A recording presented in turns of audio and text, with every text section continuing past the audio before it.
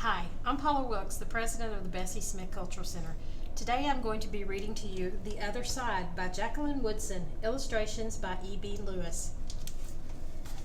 That summer, the fence that stretched through our town seemed bigger. We lived in a yellow house on one side of it. White people lived on the other.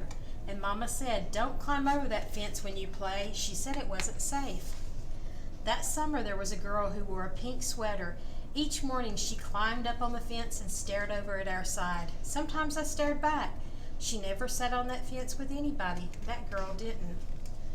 Once when we were jumping rope, she asked if she could play, and my friend Sandra said no, without even asking the rest of us. I don't know what I would have said. Maybe yes, maybe no. That summer, everyone and everything on the other side of that fence seemed far away. When I asked my mama why, she said, because that's the way things have always been.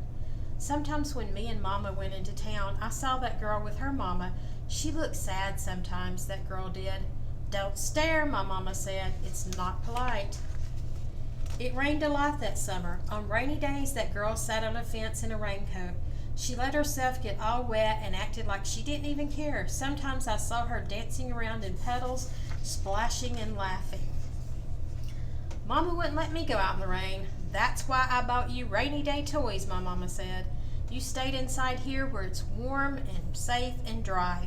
But every time it rained, I looked for that girl, and I always found her, somewhere near the fence. Someplace in the middle of the summer, the rain stopped. When I walked outside, the grass was damp, and the sun was already high up in the sky, and I stood there with my hands up in the air. I felt brave that day. I felt free. I got close to the fence, and that girl asked me my name. "Clover," I said. "My name's Annie," she said. "Annie Paul. I live over yonder," she said. "By where you see the laundry, that's my blouse hanging on the line." She smiled then. She had a pretty smile. And then I smiled, and we stood there looking at each other, smiling. "It's nice up on this fence," Annie said. "You can see all over." I ran my hand along the fence. I reached up and touched the top of it. "A fence like this was made for sitting on," Annie said. She looked at me sideways.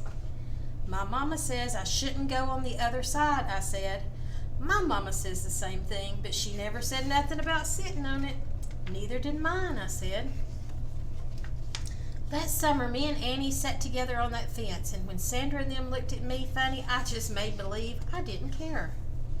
Some mornings my mama watched us. I waited for her to tell me to get down from that fence before I break my neck or something, but she never did. "I see you made a new friend," she said one morning, and I nodded and Mama smiled. That summer, me and Annie sat on that fence and watched the whole wide world around us. One day, Sandra and them were jumping rope near the fence, and we asked if we could play. "I don't care," Sandra said. And when we jumped, Sandra and me were partners the way we used to be. When we were too tired to jump anymore, we sat up on that fence, all of us, all along in a long line. "Someday somebody's going to come along and knock this old fence down," Annie said, and I nodded. "Yeah," I said, "someday." As kids, you've got to knock down those fences. Do not be afraid to make friends with others, no matter what their race, religion, or what lifestyle they live. Just know that you can be friends with anyone you want to be, and it's time for us to knock down those fences.